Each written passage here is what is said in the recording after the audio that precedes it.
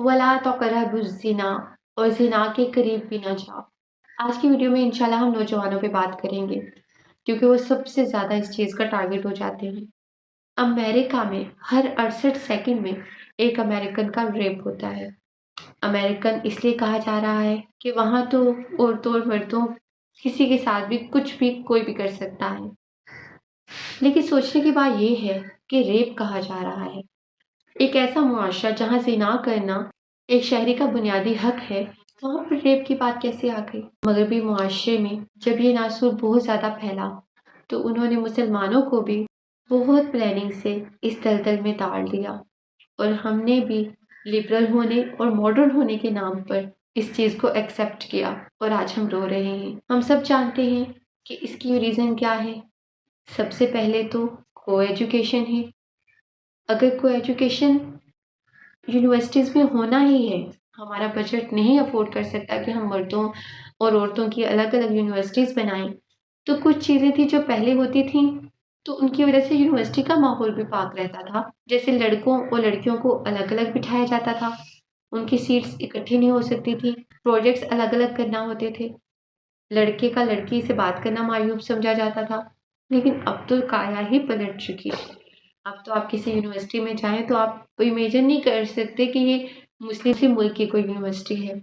तो हमने ये चीज़ें खुद ही इख्तियार की ना, कॉन्फिडेंस के नाम पे, लिबरल होने के नाम पे, मॉडर्न होने के नाम पे। अगर कोई लड़की मुस्लिम ममालिक में भी यूनिवर्सिटीज़ में पर्दा करती है, तो उस बेचारी को बहुत सारी बातें सुनना पड़ती हैं। तो फिर जब हम खुद ऐसा माहौल चाहते थे, तो फिर शिकायत कैसी? प्ले ग्रुप में एक बच्चा होता है 3 साल का, साढ़े 3 साल का। उस बच्चे ने स्कूल जाना है, फिर आके ट्यूशन जाना है। उसके बाद उसके पास टाइम ही नहीं बचना कि वो कब खेले और क्या करे।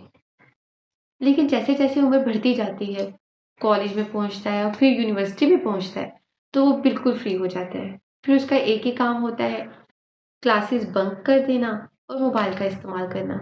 यूनिवर्सिटी की फ़ेज़, जिसमें स्टूडेंट्स की पढ़ाई इतनी ज़्यादा होनी चाहिए थी कि उसे किताबों से सर उठाने की फुर्सत ना मिलती, वहाँ पर वो बिल्कुल फ्री होता है। सेमेस्टर ब्रेक 1.5 महीने की होती है। रिसर्च के नाम पर तो एक रात की पढ़ाई से पेपर दिए और फारिग। बाकी सारा साल अय्याशियाँ, प्रॉम नाइट्स, हैलोवीन, होली, पढ़ाई के नाम पर, इकट्ठे प्रोजेक्ट्स के नाम पर कॉन्टेक्ट स्टार्ट होते हैं, और वो कॉन्टेक्ट कहाँ तक चले जाते हैं, वो हम टीवी की न्यूज़ में सुनते ही रहते हैं। कराची, लाहौर, इस्लामाबाद, यहाँ की यूनिवर्सिटीज़ के हालात से हम वाकिफ़ थे। लेकिन मगरबी ताकतों ने सोचा कि जो पठान है बड़ी गैरतमंद कौम है, इनको हम कैसे हिलाएं। तो उनको भी उन्होंने यूनिवर्सिटीज़ में ही टारगेट करना शुरू कर दिया। पेशावर की यूनिवर्सिटी में जब एक कॉन्सर्ट हुआ, सिंगर के कपड़े भी ऐसे नहीं थे कि उसको यूनिवर्सिटी में एंटर होने दिया जाता। लेकिन वो कॉन्सर्ट हुआ और सब स्टूडेंट्स ने सुना, और इकट्ठे मर्द औरतों ने इकट्ठे सुना, एंजॉय किया।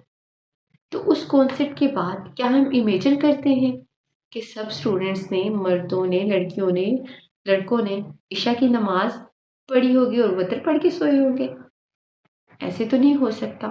फिर तो हम ज़िना के रास्ते पे जब खुद चल रहे हैं, हम खुद भाई, बाप, बेटे सब अपने बच्चों, अपनी औरतों को, अपनी इज़्ज़तों को अलाउ कर रहे हैं कि आप जो मर्ज़ी करें, तो फिर तो हम कोई शिकायत भी नहीं कर सकते। हमारे बिल बोर्ड्स, हमारे साइन बोर्ड्स जो हर गली मोहल्ले में लगे होते हैं, एक कॉफ़ी, एक चाय, एक आइसक्रीम के इश्तहार में भी एक औरत को सजा के पेश किया जाता है।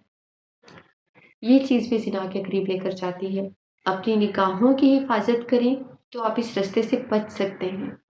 अपने बच्चों को, अपने नौजवानों को, बेटियों को, बेटों को, बहनों को, भाइयों को, माँ-बाप सबको, जो भी इस वीडियो को देख रहा है, अपने इर्द-गिर्द सबको बताएं कि कज़िन्स के साथ हैंडशेक नहीं करना, अपनी इज़्ज़त की हिफाज़त करके रखनी है, कैसे खुद की ज़ीनत को अपने तक महदूद रखना है, सोशल मीडिया का इस्तेमाल कैसे करना है, ये तमाम बातें अपने बच्चों से ज़रूर शेयर करें। ख़ास तौर पे अगर आपके बच्चे हॉस्टल जाना चाह रहे हैं, और हमारे हॉस्टल्स के माहौल से भी आप वाकिफ़ हैं, जहाँ मोबाइल फ़ोन ही यूज़ करना होता है और तो सारा दिन कुछ करना ही नहीं होता। मेरे ख़्याल में तो हॉस्टल्स में मोबाइल फ़ोन अलाउ ही नहीं होने चाहिए।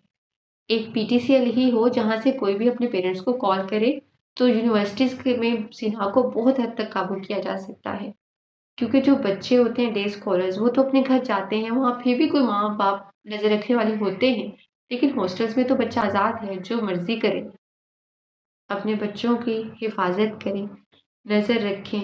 اور یہ چیلنج جو تربیت کا ہے، اور اس آیت پر نظر رکھتے ہوئے اگر آپ اپنے بچوں کی تربیت کریں گے تو انشاءاللہ دنیا اور آخرت دونوں میں فلاح پائیں گے۔ اللہ تعالیٰ ہم سب کے گناہوں سے درگزر فرمائے۔ اللہ تعالیٰ ہمیں اسلام کے راستے پر چلنے کی توفیق عطا فرمائے۔ اللہ تعالیٰ ہمیں قرآن پاک پر عمل کرنے کی توفیق عطا فرمائے۔ السلام علیکم ورحمۃ اللہ وبرکاتہ۔